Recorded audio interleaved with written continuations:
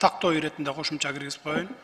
Камчыбек Кыдыршаевич айтпадыбы? 4485 гектар жерди суу астында жаткан жерди бердик. Анан 19000 гектарды биз алып атабыз. 19700. 19700. Ушунун 4485 гектарды биз баарын бүгүн берип ийип аткандай түшүнүп калбаңыз, урматтуу депутат Икрамов.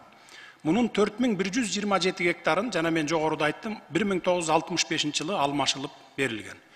Ортодо азыр 908ден 900гө түшүргөндө 4485 гектар жерди суу басат. Мурда 5731 гектар жерди басып турган. Айырма 385 гектар.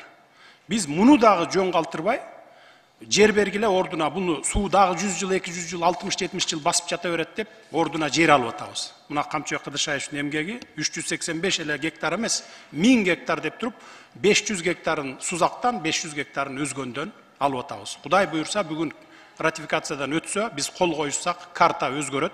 Өзгөнгө 500 гектар, Сузакка 500 гектар жер дополнительно кошулат. Ушуну айтып коеюн дедим. Рахмат.